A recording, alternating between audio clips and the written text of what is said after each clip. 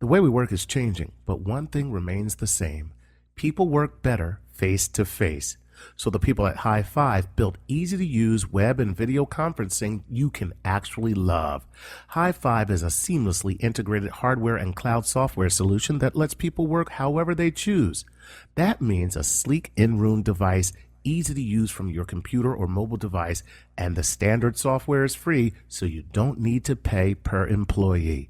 Visit highfive.com/StarTalk and request a 30-day free trial that includes 5 in-room devices and unlimited software for your employees. That's highfive.com/StarTalk to request your free trial and start meeting face-to-face with High Five. Our universe is filled with secrets and mysteries, leaving us with many questions to be answered. We find ourselves searching for those answers as the very fabric of space, science, and society are converging. Here, for the first time, these worlds collide. Oh, what are you saying? All you Trekkies and TV addicts, don't mean to this, don't mean to bring static. All you Klingons in your grandma's house, grab your backstreet friend and get loud. Say, Doc, what's the condition? I'm a man that's on a mission, like a scientist. When I'm applying this, Check it out. What's it all about? now get busy.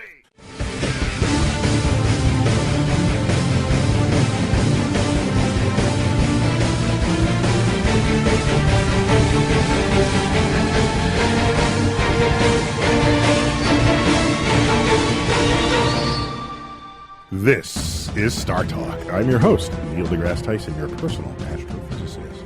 And I have with me Chuck Nice. That's right. Hey, Chuck. Hey, Neil. Tweeting at Chuck Nice Comic. That is correct, sir. As always. Good. Good to have you on the show. Good to be here. Do you know what this topic is today? There's probably no more important topic we've ever addressed than this topic. Oh. The future of humanity. Oh, okay.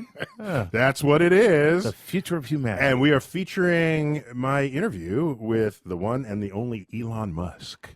A man who is contributing to the future of humanity. He's not contributing to it. He is the. It's not something that everybody else is doing and then they come in on it. No. He's making it.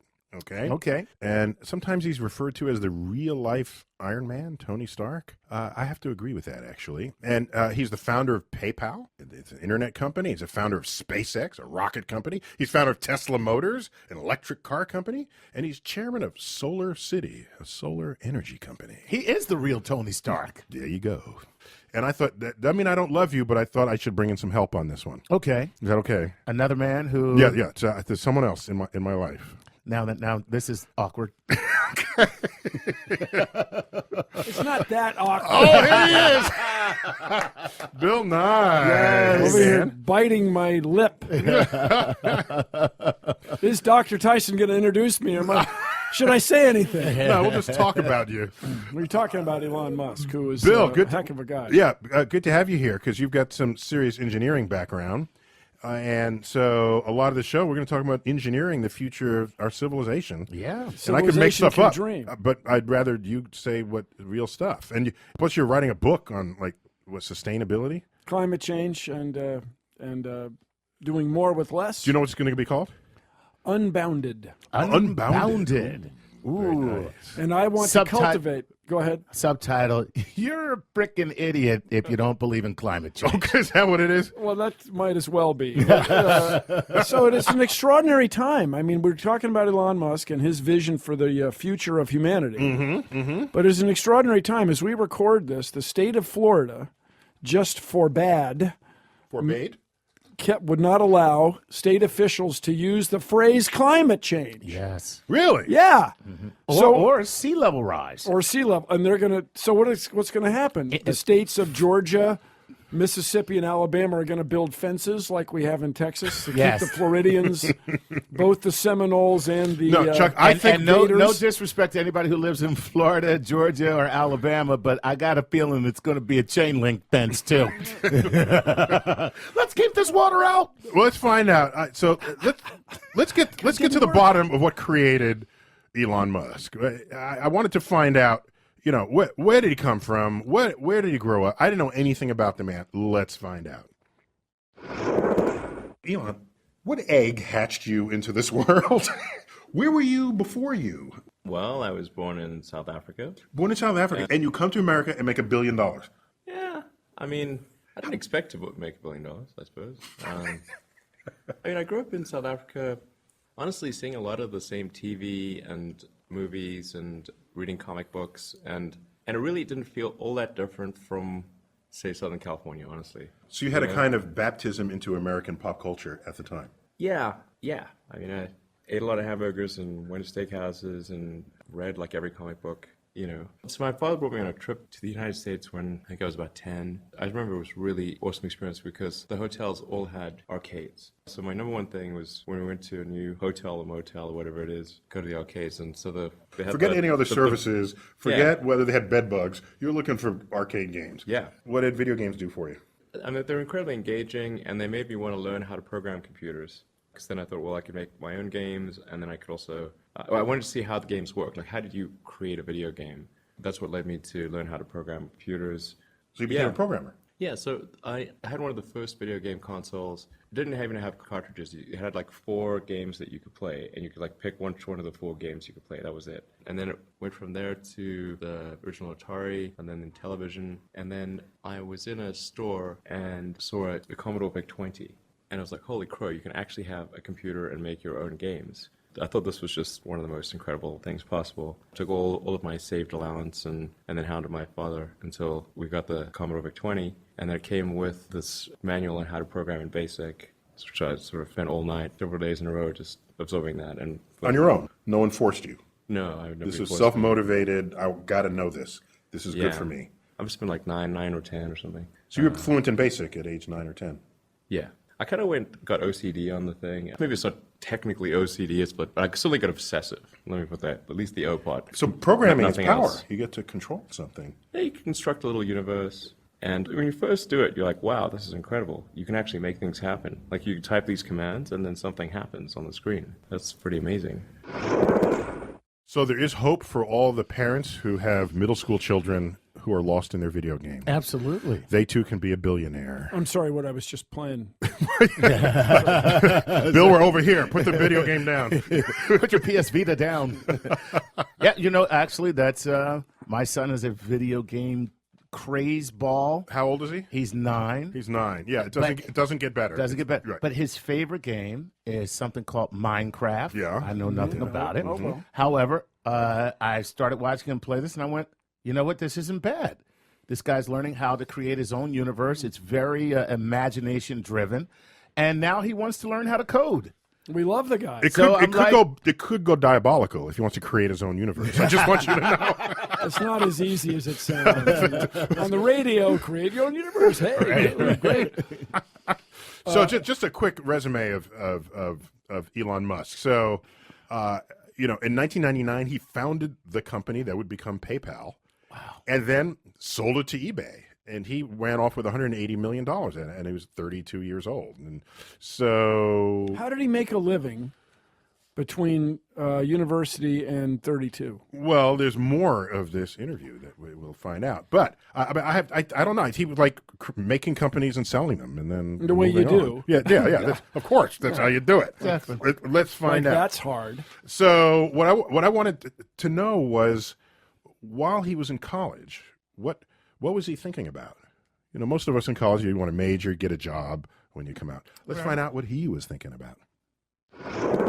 When I was in college, I sort of thought, well, what are the things that are most going to affect the future of humanity? And electric cars, solar power, essentially sustainable. Most people are thinking, I just want a job when I get out. And you're trying to reshape humanity as an undergraduate. I mean, in America, it's pretty easy to keep yourself alive. So, I mean, my threshold for existing was pretty low. I mean, I figured I could be in some dingy apartment with my computer and be okay and not starve. In fact, when I first came to North America, I was in Canada when I was 17. And just to sort of see what it takes to live, I'd try to live on $1 a day, which I was able to do. Wow. You sort of just buy food in bulk at the supermarket. Rice and beans and... Yeah, I went more for the hot dogs. Hot dogs, okay. Hot dogs and oranges. But you do get really tired of hot dogs and oranges after a while. And we can also pasta and a green pepper and a big thing of sauce, and that can go pretty far too.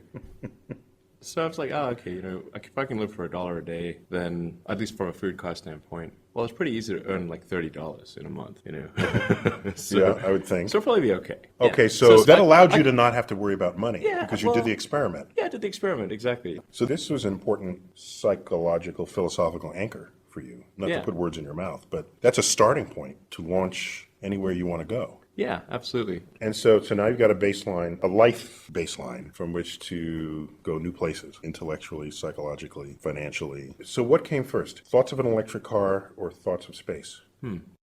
When you're starting out in college, like in your freshman, sophomore year, like you have these sort of sophomoric philosophical wanderings. And I try to think of, okay, what are the things that seem to me would most affect the future of humanity? There were really 5 things, 3 of which I thought would be interesting to be involved in. The 3 that I thought would definitely be positive would be the internet, sustainable energy, both production and consumption, and space exploration, more specifically, the extension of life beyond Earth on a permanent basis. And then although I never thought I would actually be involved in that. That was really something I thought that was important in the abstract, but not something I thought I would ever have an opportunity to be involved in.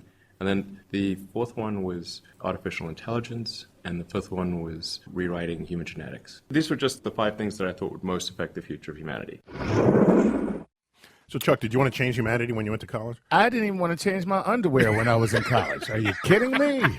Bill, you engineer man, do you agree with this list? Yeah, it's a pretty cool list. That's a cool list. I would have included educating women and girls, raising the standard of living of women and girls so that the human population of the world will slowly become more manageable. A greater tapping the lost intellectual capital. That's right. Among those who have been disenfranchised from it. Or never franchised. Right. Yeah. Never franchised in the first place. Pre-franchised. Which is, I love when you say that because it's basically you when women are educated, they don't have as many babies. That's it. That's the all there is babies to they it. have are more loved and better cared for. And so that's where the burgeoning of society happens with mom being a happier, healthier person, more educated, end up with better educated kids, end up with a better world. Just like that. Just like that. Furthermore, the woman has a higher quality of life. She has a better job. She's happier, which just makes everybody happy.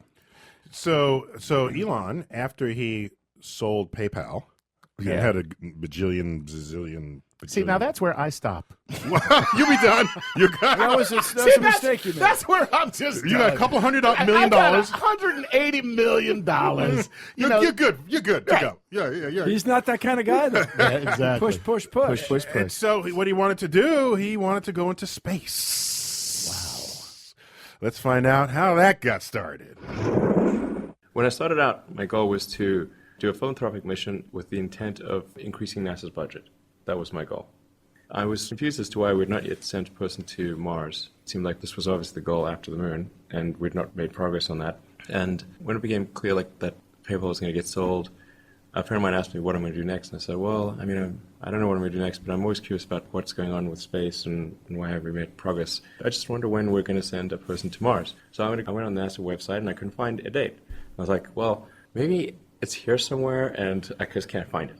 The date that NASA wants to land on Mars. Yeah, there's got to be like some schedule or something, or looking for a that. game plan, or it's this date, even if it's far in the future, and it was not to be found anywhere. And anyways, I sort of started learning about that back history, and I thought, well, okay, maybe there's something that I can do to send a small mission to the surface of Mars that would get the public excited, and as a result of that public excitement, NASA's budget would be increased, and we could resume the process of sending people to Mars. Essentially, So you thought you can do that with your lousy $1 billion? no, I didn't have $1 billion at that time. Okay. I had about 180 million, still a lot. And I figured, well, maybe I could spend half of that on a mission to Mars. So I spent a fair bit of time investigating the space industry and eventually decided on this idea of sending a small greenhouse to the surface of Mars. We called the Mars Oasis mission. And so you'd have seeds in dehydrated gel that would land, you'd hydrate the gel upon landing, and you'd have this great shot of green plants on a red background, and the public responds to precedents and superlatives. So this would be the first life on another planet, the furthest that life's ever traveled, as far as we know. And That's how you get a headline. Yeah, superlatives. exactly. It's got to be something new or something superlative. And I thought, well, okay, and that would maybe reinvigorate excitement, and the result would be NASA's budget gets increased. So the whole goal in the beginning was just, how do we get more money for NASA? But after spending a fair bit of time on this, I came to the conclusion that I was actually incorrect. My initial assumption was wrong, because I thought that where there's a will, there's a way, and that we just sort of lost our will. That's false. There's plenty of will. People needed to believe that there was a way, and a way that would not bankrupt the country or mean that they'd have to sacrifice something of critical importance like healthcare. So it became clear that the space transport problem had to be solved. Unless there was a dramatic improvement in the cost of space transport, then none of it would matter. So, in your first successful launch, what was the cost per pound to orbit? About $6,000. $6,000. Okay, that's an improvement. Yeah, not bad. Not $100 a pound. No. To get to $100 a pound, you need a big rocket that's fully reusable. Are you there yet? No. We're making progress, though. It's been 12 years. So far, we've not recovered a stage. But I think we'll recover a stage within the next year and be able to reflight. Is there a date on your website where someone can say, oh, he's going to land on Touché. Mars? Good point. That sounds like a no. Well, I mean, I've said it publicly many times, although maybe we should put something on the website, which is that I think we've got a decent shot of being able to send a person to Mars in about 11 or 12 years. So, Bill, what is he going to do this? To reuse a stage? Yeah, and then and get the cost down. And, well, the cost down to wait, who's going to get us to Mars? Elon Musk or NASA? So let us keep in mind, please, that NASA pays SpaceX. Okay. About $2 billion so far. Okay. So SpaceX is now a contractor for NASA. Okay, so our tax money is going to that's a good thing. to SpaceX. Okay. Yeah. So what is this vehicle that's going to get us to Mars? So there's a couple of innovations, just let's say 3 innovations that I've seen with my own eyes, which must hide another 100,000 innovations that are very much more subtle. First thing is all the same engines. First stage, second stage, how many stages? It's the same engine. Okay. So why didn't somebody else do that? That's a good question. Yeah, everything was a one-off in the past. Yeah. Well, or a 5-off. Okay. Saturn 5-off. Uh-huh. And so then the other thing is, let's see if we can reuse a stage. Mm-hmm. Right. And this is his thing. It almost worked the other day. He tried to the company tried to land on a barge just east of Cape Canaveral, and it landed on the barge just a little faster than anybody wanted because it ran out of fuel to slow itself down. Okay. But you need fuel to get faster, and if you're going fast, you generally need fuel to slow down. Yeah. Unless you're going to aero brake or something. Yeah, well, coming through the atmosphere after launch, it's and the thing is not shaped for aero braking, really, but it is shaped for retro rocketing, if I can coin the verb. There you go. But then the fundamental thing, you guys, when you when NASA was created, I believe, Dr. Tyson, on the year of your birth, just within a week or so. Yeah. Same week. Yeah. Same damn week. I come out of my mother, NASA comes out of Coincidence? out of Congress. Perhaps. Anyway, the idea was to keep the thing. I feel NASA's pain. I'm to the same sustain age. it. They put NASA centers all over the U.S. So when they went to manufacture rockets, they put pieces of the rocket all over the U.S. The solid things are made over here. The liquid things are made over here. They're tested over there. They get on train cars and go down there. Just right there, just the expression, Houston, we have a problem. Why isn't it Florida, we have a problem? Cape Canaveral, we have a problem. Chuck, did Orlando, you know we have a problem. that the instant the spacecraft clears the gantry, in that instant, full control transfers to Houston. I mean, if there's a human being on board. 1,000 nautical miles away. Right. All the whole countdown and everything, or go to launch, all of that is Cape Canaveral. But it's And SpaceX. then the moment it passes the thing, then it's like, all right, guys, we'll take it from here. Yeah. That's right. That's right. That's exactly right. Thanks a lot, guys, for your work. But anyway, it's SpaceX. It's just south of Los Angeles International Airport. Train car drives up, full of stainless steel, full of titanium, full of let's make rocket-anium parts. And it comes off the train car, and they shape it and do their own thing. I want rocket-anium. I want some of that. Yeah, well, you can get it. 6061 T6 aluminum, T7 sometimes, tempered 7 aluminum. So then it comes down. They make the tank. They attach the plumbing. It comes over here. There's a bunch of electronics. They attach that. They vacuum test it over here. Blah blah blah. Then it goes back on the train car to either Cape Canaveral close to the equator as the U.S. can get, or up to Vandenberg Air Force Base, which is north of As there. a continental U.S., because Hawaii is closer. Yeah, Hawaii's closer, but that's not on a train car. Yeah, it's not on a train car. Extraordinary train car. Man. Yeah. And so... hover train. the aqua train. But the... wait, Bill, so I get that. Well, there's a fundamental lowering of cost. Huge reduction in cost. Is that low enough to go to Mars like everybody says? He wants to go to Mars. He still wants to go to Mars. Well, I would like to go to Mars, but I want to come back. And I don't want to go to Mars to live. I think that is not all the way thought through, in my opinion. We choose to go to Mars. That's right. Because it's not easy. Well, that's right. No. He We choose to go to Mars because it will kill you. Right. It's so, yeah. I mean, it's really. Well, it's just Instead, really I hostile choose to eat a place. Mars bar. And also, for your consideration, I do love the Mars bar. For your consideration, we can talk about this after the break, but Elon Musk is a native of South Africa. South Africa colonized by Dutch people. I am a descendant from people from Northern and Central Europe. You guys are much more recently descended from Africa, but we have this human tradition of just spreading out. We don't like it here, we're going to go over there. We'll just keep spreading. Which means, and of course, spreading. you're a descendant of Africans as well. Oh, yes, Just we're to all make that descendants clear. of Africa. Yeah, You have arbitrarily selected. Yeah, I say more recent descent. Yeah, I went that with was more arbitrary. recent, Let the record show that was a completely arbitrary line that you drew. Just, but arbitrary, but historically not insignificant. yeah. Okay. So I'm just. yeah. So anyway, humankind Busting has spread If into you outnumbered Mesopotamia, at this table. across Eurasia. The Ice Age has the snow frozen up. We Yep. just keep going into North America, Right. spearing mammals, partying. It's what we do. And so it's not clear that you will be able to leave the Earth and go live on Mars. So you are skeptical of this, but you would not interfere with the dream state. I However, presume. we do not want to violate in Star Trekian terms. The Prime Directive, Just so, Doctor. which is. We don't want to mess up the ecosystem on Mars. If Wait, there wait, is an excuse me. ecosystem. We have no qualms messing up our own damn ecosystem. Well, that doesn't make it a good thing. I know, mean, but and why should Mars be the sacred place Okay. and not our own? it's a rule. We're It's, pooping in our own backyard. it's an arbitrary, but it's not arbitrary. It's a reasonable rule. Mm-hmm. We can poop there after we determine whether or not there's something alive. Mars. After It's we- nothing more than Earth's toilet. And with that, we'll be back after this. On that brilliant note from Chuck Nice, you're listening to Star Talk, Future of Humanity Edition. We'll be right back. Are we human or are we dancer?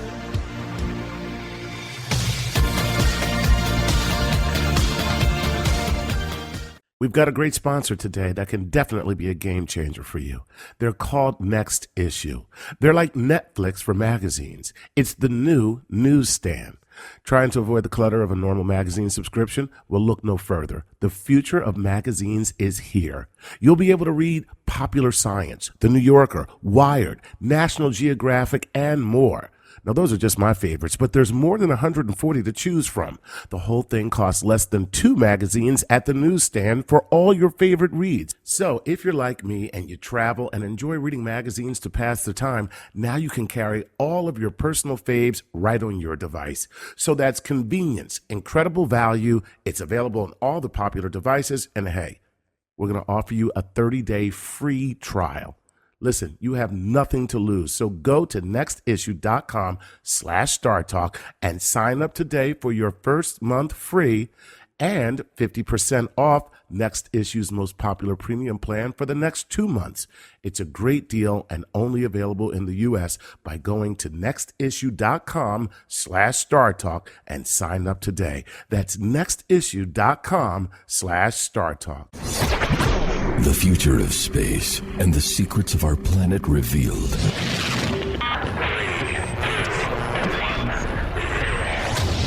This is Star Talk.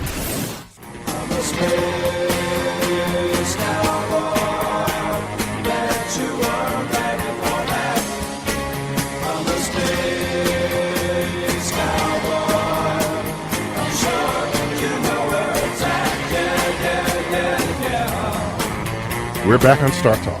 I got Chuck Nice, right across the table from me. Sir, yes, sir. I got Bill Nye, the Science Guy. So good to be here. And since we're radio, I must alert people that even in studio, you are in bow tie. Let the record show. Yeah, well, what you see is what you get. Maybe he's like the guy in Terminator 2, where the Just a polymetal. yeah, no, but the polymetal, but his police uniform. That's right. Was part of It was is polymetal. That is the metal. That's right? how I roll. So maybe Bill and the bow tie. But watch out! I can polymetal. I can turn my arm into a giant saber sword, wacky thing. thing of death thing, which is shiny. We're talking about the future of humanity. We're featuring my interview with Elon And Musk. that does not feature polymetal. No, it does not yet. Not Yet. And I snared that interview when I visited him at SpaceX headquarters, which is, what's the name of that town that he's in? Is in Crenshaw, Hawthorne. Hawthorne, California, near Los Angeles. Okay, New Yorker. Where is it? Hawthorne. Hawthorne. Hawthorne. Oh, by the stars. Fine. So Bill, if we're going to go to Mars, do you see engineering challenges to that, or is it just, no, piece or of is it cake. only? No, wait. No, I'm going to. This is a very serious question. Yeah. Engineers love a challenge, so don't tell me. Don't play that with me. A, B. Bring it on. Don't say bring it on. Don't even.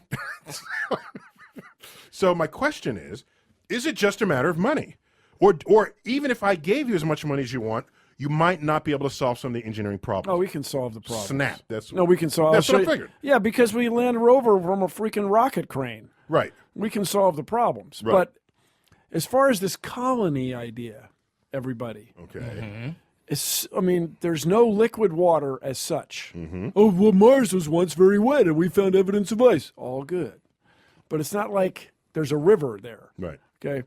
Then, if there is, it's underground and no one has found it yet. Okay, and let me go on to say, it's on its summer day at the equator, it's 20 below. Okay, yeah, you can get, what is it everybody wearing this year? Canada Arctic Crew. That was a Goose Down, Canada Goose Down brand jacket. Mm-hmm. All very good. That's when things are really good, that's all you got on. That's midsummer attire. But the main thing I think you would pick up on right away, there's no air. You would suffocate in a second. Well, there's air, but there's no oxygen in the air. Well, so you just have to make all that stuff once you get there. Thank you, Chuck. But Neil, at least somebody's thinking about the future here. I got to stop you there. Bill, quiet there for a is minute. oxygen in the air. But it's carbon dioxide. You have to separate it from the carbon. Carbon dioxide, CO2, is one of the most tightly bound molecules ever made. I mean, you can do it, but you got to put in the energy. You got to put in the energy. And then you're going to be living, everybody, you're going to be living in a submarine. Wait, just to be clear, so you have to get that energy from somewhere. Right. Right. So just there's no such thing as a free lunch. And you're 1.5 times the distance that we are from the sun. So your solar energy, if you wanted to run solar panels, what's 15 squared? So it's a 1.25. Two and a quarter times more. Less Less sunlight. No, you need 2.25 times more solar panels to equal the. Right. In light of this conversation, why do we want to go there? Can someone remind because me? I'll tell you why I want to go there. Well, it is the next logical place to look for I like things. Chuck getting high pitch on us. Give me that again, Chuck. Chuck, the reason you want to go there is because you're going to explore. And when you explore, two things happen. Those two things, Doc, Chuck, one, you will make discoveries. Okay. You will find something you never found before. All right. But the other thing is you will have an adventure. You will have an adventure. It will engage you like nothing else, whether it's your backyard, the video game, or the surface of Mars. Now, You might die, but it'll be an adventure. Well, but what we want to do as an engineer, and this is what astronauts say, part of their pride as being astronauts is coming back. That's like landing the airplane is part of a pilot's pride. I mean, ejecting and letting the $350 million fighter plane explode is kind of cool on video, but it's not really your goal as a pilot or an astronaut. So, if we were to go there with a human, we would be able to make discoveries at an extraordinary rate. It's estimated 10,000 times faster than our best robot spacecraft. Right now. But if the day comes when we have a 10,000 times better robot, you'd still probably want to explore. Still want to send a human there. Okay, so then... So here's the thing. If we found evidence of life, fossilized bacterial mats, or cooler yet, something still alive, some Mars probe, then the question would be, and I want to know, do those Mars probes have DNA like you and I do, or are they a whole nother of notherness? Mars probe? That's a Martian microbe. I It's a don't know. Martian microbe. Mars probe. And then if they have DNA and they're so much like us, does that mean Mars was hit by an impactor, went off into space, and you and I are descendant of Martians? That we'd all be Martians. Okay, so he's trying to change humanity by reinventing space exploration. I get that. But he's also worried about problems on Earth. Okay, that's okay. Well, Is he allowed? Of us are. Is he allowed? I say bring it on. Okay, so he's co-founder of Tesla, Yeah. the electric car company. The car is just sex with wheels on it. Very cool. He's also sex with wheels. It's fantastic. He's also chairman of Solar City. Let's hear how he just got into this. From a terrestrial standpoint, the biggest problem we need to solve on Earth this century is sustainable production and consumption of energy. This really is quite a serious problem. People really should take this quite seriously. Even if you put the environmental consequences of dramatically changing the chemical composition of the oceans and atmosphere aside, we will eventually run out of oil. Holding that aside. Well, if we don't find a solution to burning oil for transport, and we then run out of oil, the economy will collapse and civilization will come to an end, or as we know it. With or without global warming. Yeah, with or without, exactly. I mean, and so if we know that we have to ultimately get off oil no matter what, we know that that is an inescapable outcome. It's simply a question of when, not if. Then why would you run this crazy experiment of changing the chemical composition of the atmosphere and oceans by adding enormous amounts of CO2 that have been buried since the Precambrian era? That's crazy. That is the dumbest experiment in history by far. I promise it's not Can even you think of a dumber experiment? I honestly cannot. What good could possibly come of it? So therefore, we need another solution here. But of course, electric cars still uses coal. That's why you need sustainable power production, like solar and wind. Which can still charge your car. Yes. Bill, Neil. do you still have your house in California? Yes. In Studio City? Yes. I've been there. Yes. Well, you're like a native. You're a New Yorker now, not native, but you live in New York. Yes, I'm loving it. Somebody else is living in your house. Yeah, I that's have a crazy sitters. house that you have there. It's cool. It's completely alive with self-generated electricity. Well, it's got 4 kilowatts of solar, That's great. which is more than enough for 10 months of the year, maybe 10 and a half months of the year. And I would have more, but my neighbor's house shadows my panels. Oh, I thought you were going to say your neighbor's stealing your electricity. Well, she's stealing sunlight. Yeah, that's the same thing. That is right? the Right. same She thing. travels a lot, and I thought maybe while she was out of town, I could just cut off this one part of the second story. Easier to ask forgiveness than permission. Okay, right? Bill, but Oh, yeah, sorry. there's tons of oil still in reserve that is yet to be drilled, or is Here's the bad news. Okay, but- we'll never run out of fossil fuels. Oh, That is the bad news. that's terrible. It really is, because burning it is just the worst thing for all of us. so. in the Do you have a medium plan? term. What's your plan? So the plan is Because to, as long as oil is cheap and it's cheaper than my solar panels, how do you expect people to? so Yeah, if you're rich, So you we're can gonna- you can buy the car that saves gas. so bear in mind the that reason costs you more than the car that doesn't save well, gas. but the The reason sex on wheels. the sex on wheels car the reason you want a sex on wheels electric car is costing because, how much? $100,000. 100,000. Yeah, Right yeah. now. Everybody's got 100,000. Well, yeah. deep breath. Yeah, of course. Deep Let me breath. get to my mattress. Deep breath. It's 95% efficient or 93% efficient, whereas a gas-powered car, constrained by the second law of thermodynamics, is at best 28%, 30%. So you're squandering energy you just can't get back when you try to get it out of heat at low temperature differences. So, with that said, there is it's been estimated that we could save about 30% of the energy we use through conservation. We can have electric cars. We can improve transportation systems, to be sure. But the big thing, you guys, as we say about climate change, if you are opposed to government regulation now, you don't like governments now, just wait till stuff gets bad. Just wait till Floridians have to abandon their homes and Miami's half underwater, and then there's going Okay, to be but really at regulation. the And I'll bottom of give you an this- example of this. World War II. regulation happened like crazy, and everybody was very proud of it. Want to create the next great generation. So what I neglected to mention here, and I think you should have mentioned too, was if you can start out with a $100,000 car because it's a test of concept, people like it, wealthy can buy it. But the real test is, can you make an electric car that's competitive in price to Absolutely. And I'm told there's a Tesla Model 3 expected to come out, and that's priced at $35,000. Yeah. Okay. So I drove a Nissan Leaf for 3 years. Yeah. It was Okay. about that same price. About that same price. So that's that. There you have. I mean, I did other stuff. I went to sleep. I had meals, and so I didn't just drive for But 3 Bill, years. what I really want is the flying car. The flying car is a real tough problem. It is, but I think Elon cured me of my urges to find a flying car. Oh, Well, just wait till everybody's in traffic flying cars. No. He told me what the deal is with flying cars. Wing loading? Let's find out. Of course, what we all really want are flying cars. Do you? Yeah. No, actually, let me ask you. So, are you sure you want a flying car? No, but it looks Okay. cool. It does look cool. I mean, whenever you see sort of cities and like some futuristic concept, they always throw the flying car in there. And You can't tell me you never thought of it. no, I thought a lot about it. Yeah, okay. And there's some people I know that are working on flying cars or flying personal transport devices, if you will. Hoverboards. There are people working on hoverboards. But I mean, I sort of wonder. After the interview, you can show me your hoverboard room, okay? I know somebody's working on a hoverboard. I won't tell anybody. The microphone is on mute now, so Okay. you can tell. Just between us. It's awesome.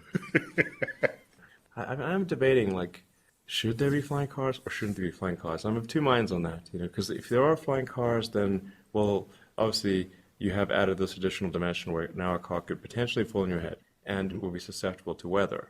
And of course you'd have to have a flying car where it would be like an autopilot, because I mean, otherwise, forget it. You don't want people navigating. Yeah, it's got to be. flying. It's got to be autopilot. But even in an autopilot scenario, and even if you've got redundant motors and blades, you're still gone from near zero chance of something falling on your head to something greater than that. And there's also a noise challenge. So I sort Yeah, of we don't know how to wonder- fly quietly. right. Yeah. Okay, so I'll wait it out some longer. Something that I do think would definitely help a lot in cities is more tunnels.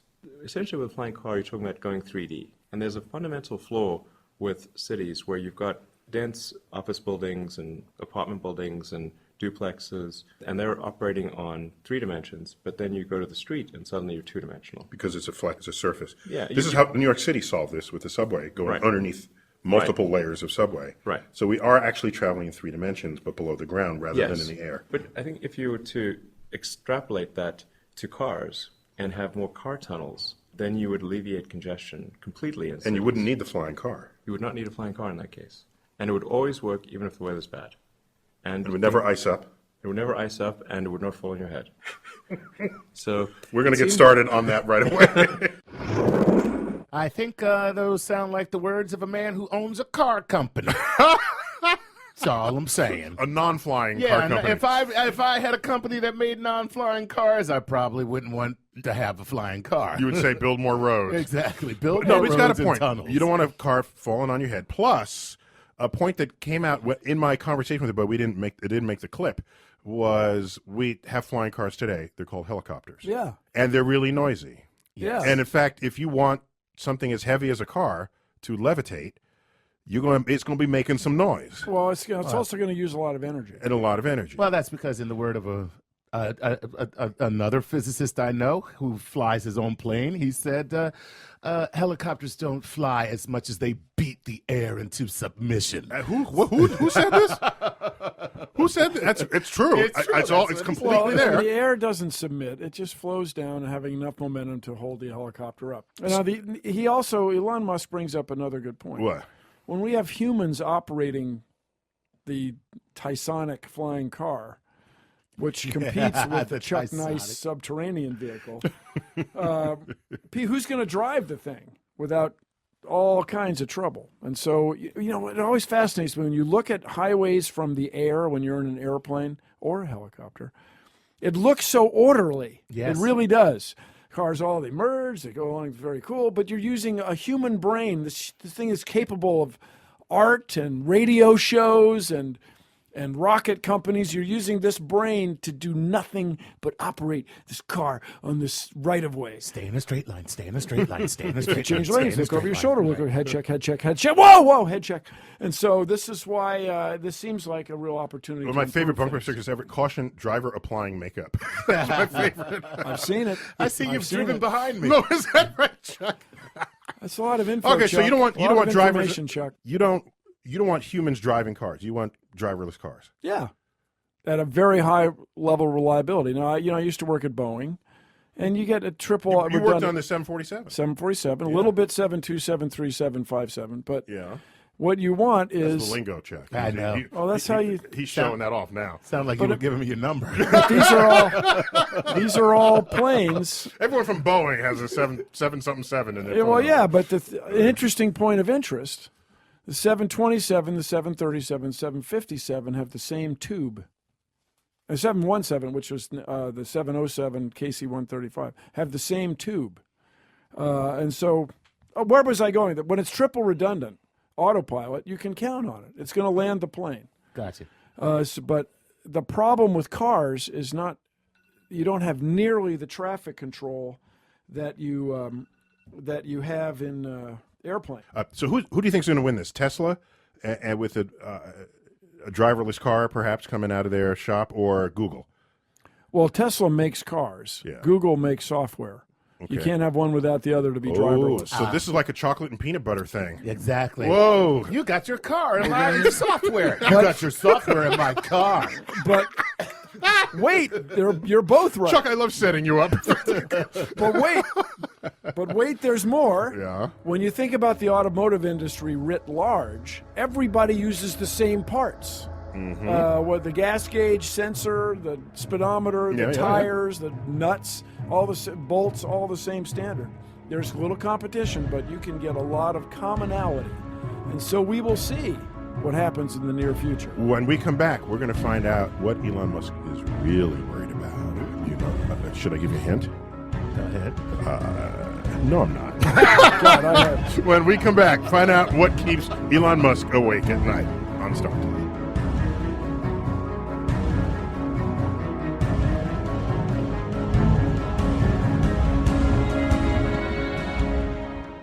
Today's episode is brought to you by Slack. Slack is a messaging platform for teams at work. It brings all your work communications into one central place, makes everything instantly searchable, and is available on any device. Stop trying to track your conversations over Dropbox, email, Skype, Instant Messenger, Google Hangouts. Okay, you get the idea. With Slack, never miss an important conversation again just because you checked the wrong app. Besides consolidating your team's communication into one place, Slack is also easily searchable, so you'll be able to find any conversation or files in a snap with one convenient search box. It also integrates with most of the tools your company probably already uses. You'll be able to sync Slack to GitHub, Dropbox, MailChimp, Twitter, and way more. You can even post animated GIFs or link to an audio player in line. More than 60,000 teams use Slack, including Airbnb, the New York Times, eBay, Yelp, and even the Ice Cube Neutrino Observatory down in the South Pole. No matter what your business is, Slack will work for you. Visit slack.com/StarTalk to create a new team, and you'll get $100 in credit you can use when you decide to upgrade to a paid plan. Before upgrading, you can use Slack's Lite plan with unlimited users as long as you like for free. So give it a spin with your team. Once you're impressed, you'll receive $100 in credit for upgrading just by visiting slack.com/StarTalk. I'm really excited to welcome the Thai Bar as a sponsor of StarTalk Radio because a few years ago I was reading GQ magazine and I came across this article that said you could go online and get quality ties for about $20. I didn't believe it, but what did I have to lose? I went online, I checked out thethaibar.com, and since then I buy all my ties from Thai Bar. Not just my ties, I also buy my belts, my pocket squares, colorful socks, bow ties, all from thaibar.com. And the best part is most of their products are below $20. By using a direct-to-consumer model, the Thai Bar is able to keep quality high and prices low. You no longer have to pay $60 for a quality tie. Your tie shouldn't cost as much as your shirt. So give your wardrobe a spring update and visit thetiebar.com by April 5th and use promo code StarTalk to receive free shipping on orders of $25 or more in the U.S. That's promo code StarTalk at thetiebar.com. The Tie Bar. Wear your good tie every day. The future of space and the secrets of our planet revealed.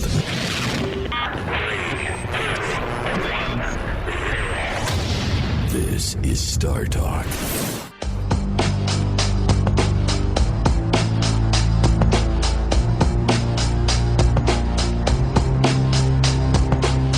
We're back to StarTalk Radio. I'm Tyson, co-host Chuck Nice in the house. Hey. In the house. And I got Bill Nye in the house. I am co-housing. Co-housing, donning a bow tie as usual. In the earlier segment, we were sure that it is surgically attached. Polymetal, surgically attached to him. We're featuring my interview with Elon Musk. And just before the break, I teased you to tell you that we would be saving for this final segment what he fears the most. Fears. Now, if you're, he's a confident guy. He's a confident guy. And to quote Bill, if you've been scoring along with us, you may remember in our first segment, we listed the things he wanted to introduce to change humanity. Right. There's one thing he does not want to touch. Let's check it out. I mean, I'm quite worried about artificial superintelligence these days. I think, and I've said this publicly, I think it's maybe something more dangerous than nuclear weapons. So we should be really careful about that. If there was a very deep digital superintelligence that was created that could go into rapid recursive self-improvement in a non-logarithmic way, then, that was... And it's self-learning. Yes. So, like, it just could reprogram itself to be smarter and iterate very quickly and do that 24 hours a day on millions of computers. Well, then that's all she wrote. That's all she wrote. Okay. I mean, we will be like a pet Labrador if we're lucky.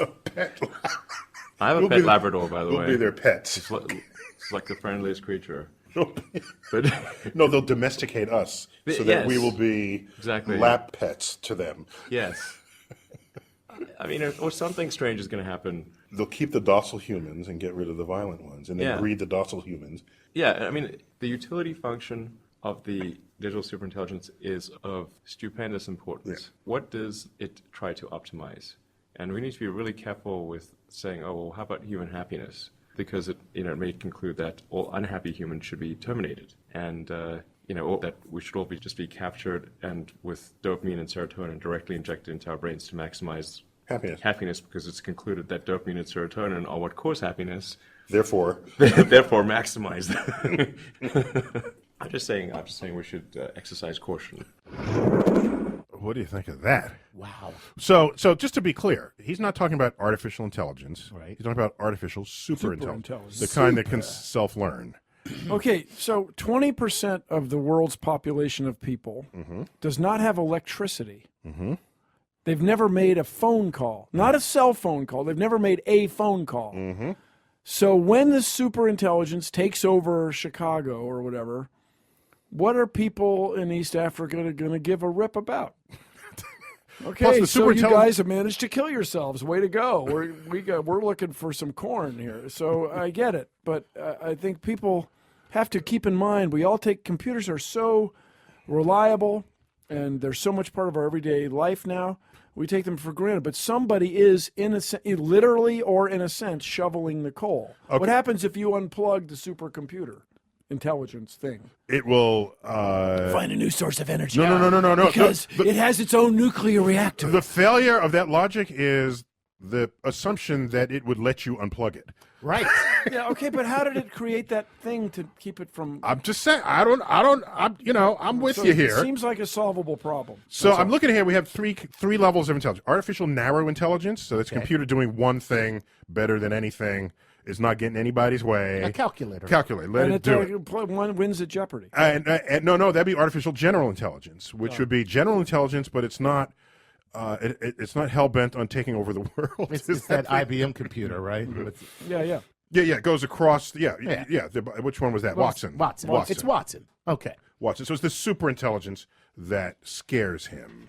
And I kind of agree with you, Bill. You could at some point you just unplug the dude, Yeah. And Well, I just think about the Colossus project, Forbin, the Colossus project. And so this is where the two superpowers on Earth have nuclear arsenals.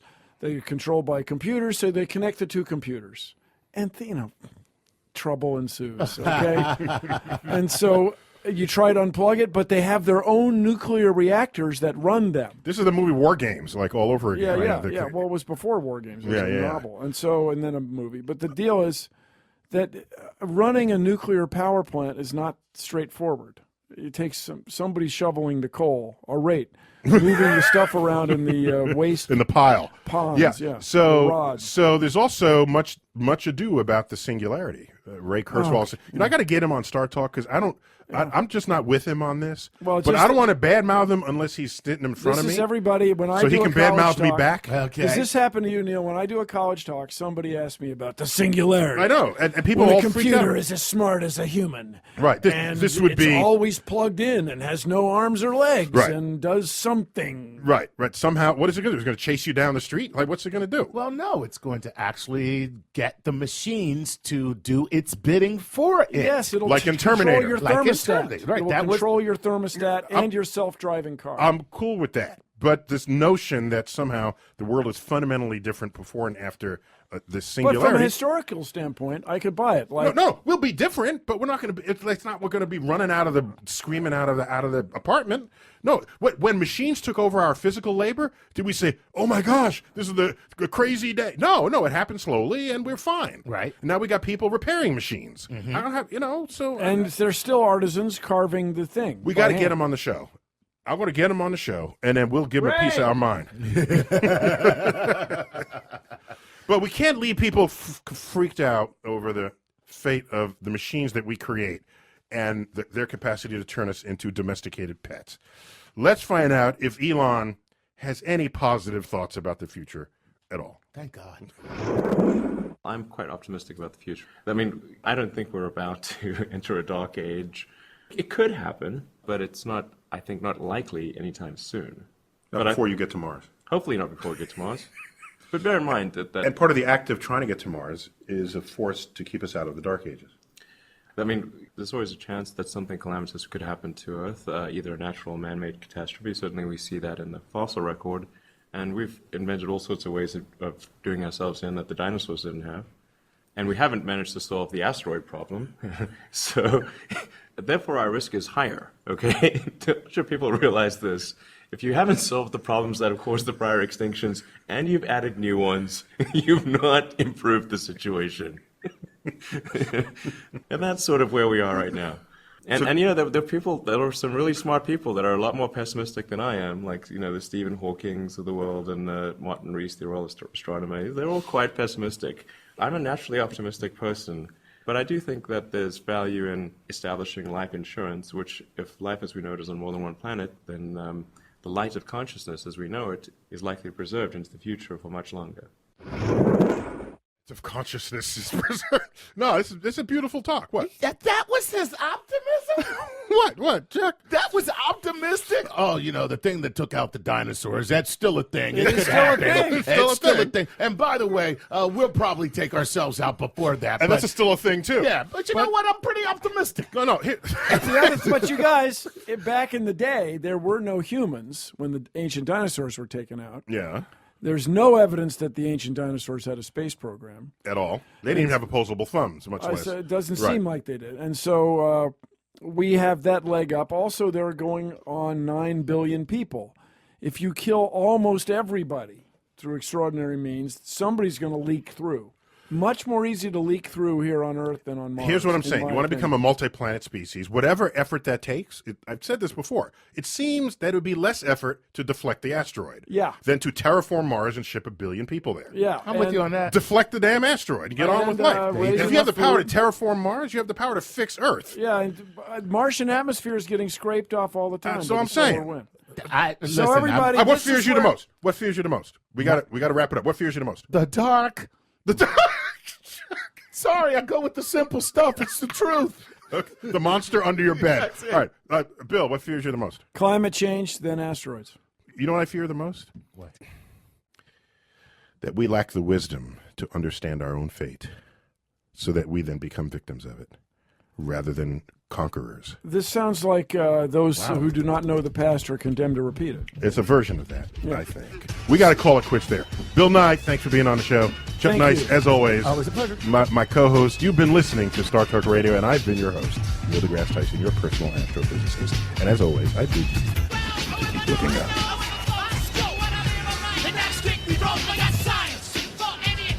Postulating theories, formulating equations. Dropping science like Galileo dropped the orange. Our newest sponsor, Next Issue, is an app available on all the popular devices that collects all your favorite magazines in one place.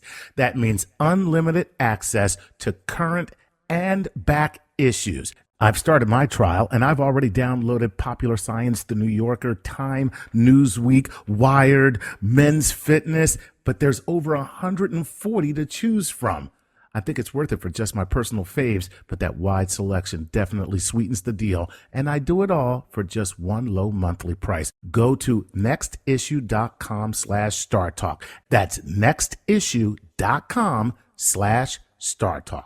Again, we'd like to thank our sponsor, Slack, for supporting today's episode. Slack is a messaging platform for teams at work. It brings all your work communications into one central place, makes everything instantly searchable, and is available on any device. Their mission is to make people's working lives simpler, more pleasant, and more productive. Over 500,000 people and more than 60,000 teams use Slack every day. Visit slack.com/StarTalk to create a new team, and you'll get $100 in credit you can use when you decide to upgrade to a paid plan. Before upgrading, you can use Slack's Lite plan with unlimited users as long as you like for free. So give it a spin with your team. Once you're impressed, you'll receive $100 in credit for upgrading just by visiting slack.com/StarTalk. That's slack.com/StarTalk. /StarTalk. /StarTalk. /StarTalk. /StarTalk. /StarTalk.